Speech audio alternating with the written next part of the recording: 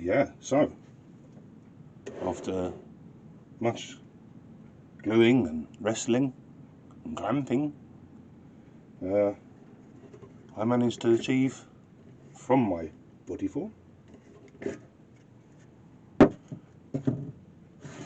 my new body shape. There's 3 layers of that bendy ply, and it's not bendy anymore, I can assure you. So this is the top, so I put the first join at the top there where you'd least likely to see it, and then the second join at the butt. You see that? Don't know, probably, possibly.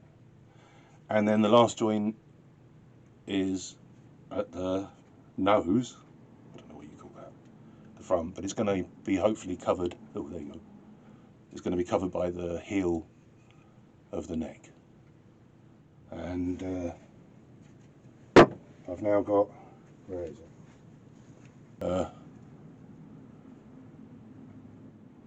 neck blank. So it's got a strip of mahogany down the middle and oak on the flanks. And I mean, this came from a, you see that's still got the paint on. Came from an old cabinet that had a writing flap, but the furniture itself had been made from older furniture, and some of that was oak. Yeah, and the grain isn't ideal. I don't know if you can see that.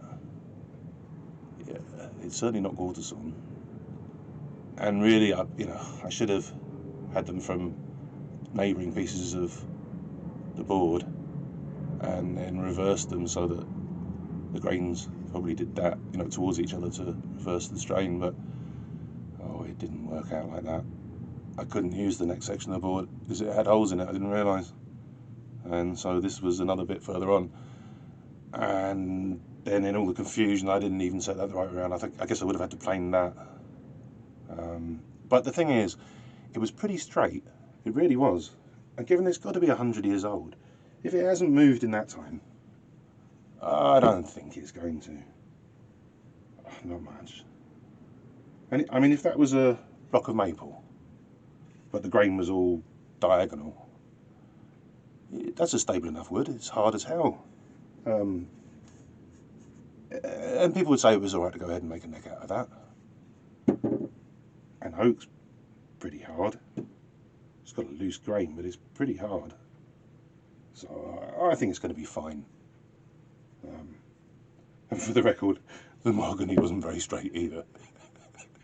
But clamping them all together like that, I mean, they're all flat. They've been planed evenly on both surfaces. If you clamp it really hard, I mean, they're straight. They're straight. Look at that. How straight do you want it? The thing is, to put all that effort into making a neck, to later on only have it twist is a bit disheartening. And of course, the more wood you take away as you round the neck and shape it, then the more likely it is to start to warp, because there's less strength. But it's going to be fine. It's going to be fine. And banjos are way more forgiving, really, than say making a guitar or something. The action doesn't need to be, well, for me anyway. If you're a furious picker, it probably makes a huge difference. But if you're just frailing away, playing a couple of chords, it'll do me.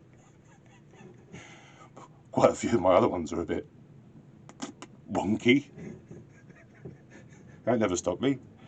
Anyway, I'm going to go for it anyway. It's all good practice. Watch this space.